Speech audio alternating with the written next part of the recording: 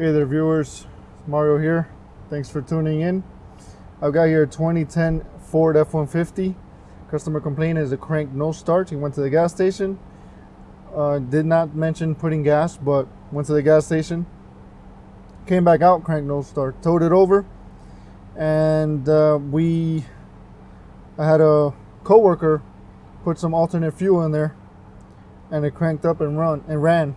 Brought it into the shop, turned it off, and try to crank it again, no start. Cranks fine, but no start. 136,000 miles on the clock. Our check engine light works, everything was fine. When it ran, I revved it up, everything was fine. So for some reason it's not priming. I'll show you what I mean. Let's go ahead and start it. Nothing. So it needs an assist. If I were to give it an alternate fuel one more time, I have no doubt that it would run. But for some reason it just does not prime up on its own. So let's go ahead and diagnose this thing. Alright guys, so I pulled up some codes and some diagrams. First, for the codes, I got all my injectors open. I also have fuel pump module control circuit open, and loss of communication with the fuel pump control module. And lastly, our ECM PCM power relay circuit high. So there you go. I'm not too worried about that oxygen sensor circuit. And there's all of our opens, every single cylinder. So that cries to me fuse, but which one? So I pulled up the diagram, and according to the codes, as you can see, our injector is yellow, fuel pump module is blue, and our relay is orange. I went ahead and colored that down. So starting with our injectors here, we can see that our feed is shared with the fuel pump control module. So both of these things, our injectors and our fuel pump control module, is sharing our feed. And where does that feed come from? Comes from the fuel pump relay. But where does the power actually come from? Fuse 27. So I want to check this before I do anything, because you know I'm following the symptom. If I see that I can crank it myself, prime it myself, and it'll run, I'm thinking something's wrong with fuel. But one thing at a time. Let's see. I'm gonna go ahead in the junction box. Let me see.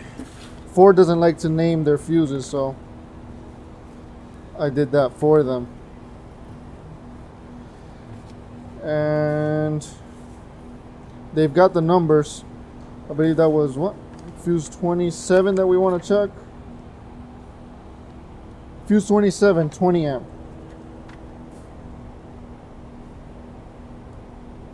Fuse 27 is right here. So let's go ahead and check that out real quick. I want to set you guys up real quick. Let me just set you guys up real quick, okay? Set you guys down. Let's give you some light.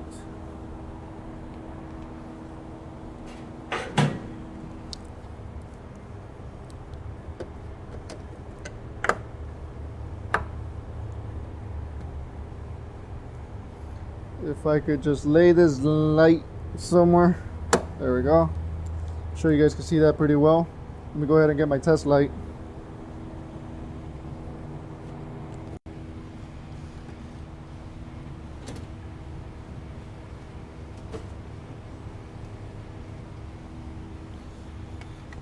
Okay, so I hope you guys can see this.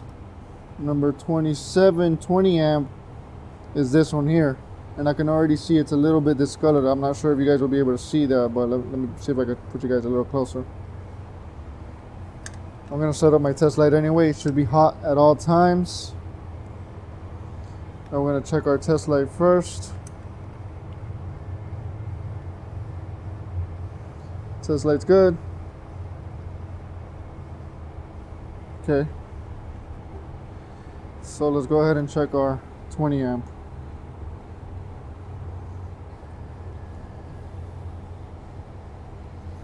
There's our feed, and we've got nothing here. And I can actually see some melted some melted plastic there actually, so overcurrent happened here. Let me just grab something to take off this fuse.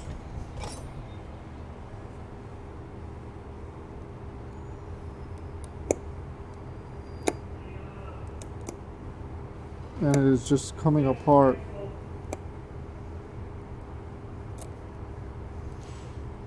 Look at that. Wow. This fuse was melted even before it actually did its job.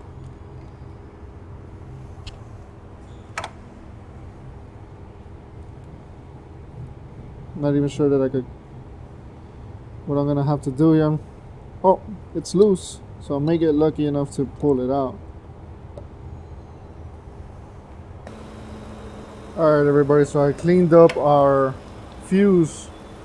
I don't want to go ahead and just change the box. I mean, you know, we're not trying to get our customers to spend a crazy amount of money. So cleaned up the fuse. It seems to be doing fine. I put our little fuse buddy here. Well, it's a fuse current loop. I'm not sure if it's a fuse buddy, but we got our a new 20 amp fuse in here. We got our current clamp. I just want to make sure that we're not having excessive currents going on in here. So let's take a look.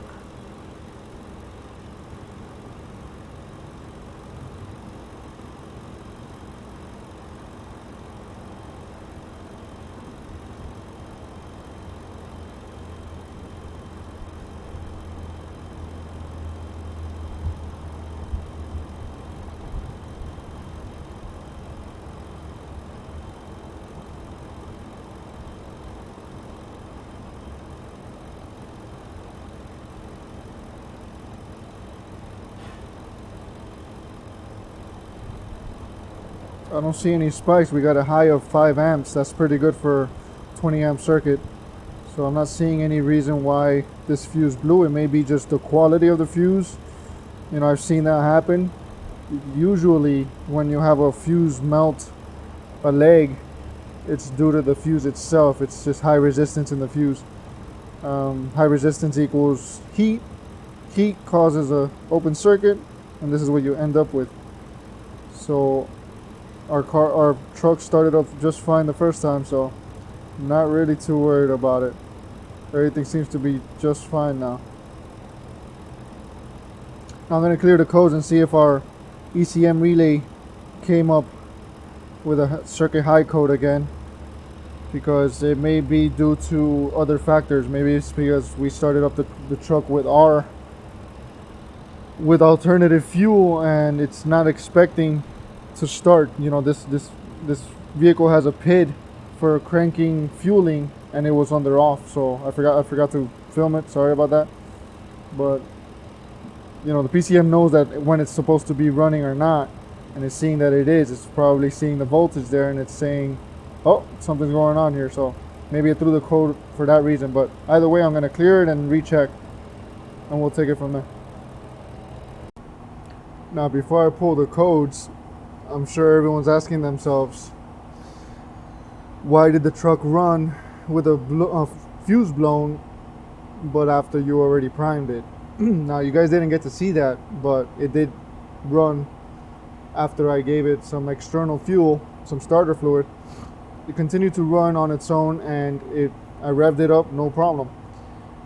And you can't quote me on this, so I know I'm gonna get beat up on this, but I'm not a Ford dealer tech. I don't know certain strategies. All I know is that the cranking fueling was off on the PID. But if you'll bear with me, I may be wrong on this, but as you can see, this feed also comes violet green, also goes way down to the PCM, and it says V power fuel. Now, who knows? Maybe that's not just a circuit monitoring pin. That may very well provide power as well. So I couldn't tell you. I'm not gonna go out of my way and find out, but you're just gonna have to bear with me on that one. I see many different cars. I wish I could know everything about every single car, but I don't. And that's where I'm at with this. So we're gonna pull some codes and see what happens.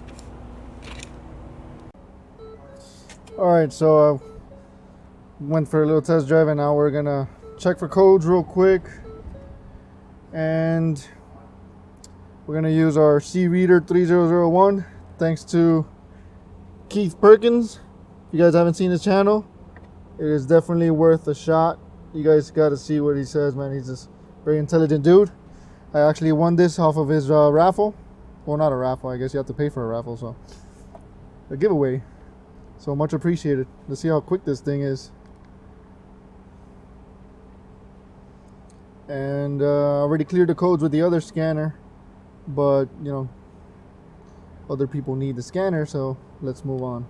DTC's in this ECU. Off at a glance, we can already see that we have 0 codes, but let's go in there anyway.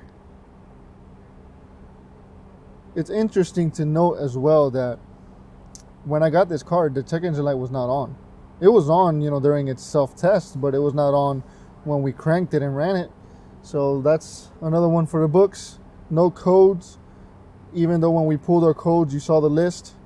All injectors open, fuel pump model open, and an oxygen sensor code. But we're not dealing with that now. Anyway, thanks for tuning in, guys. I really appreciate it. Subscribe if you like what you see. If you don't like what you see, tell me why.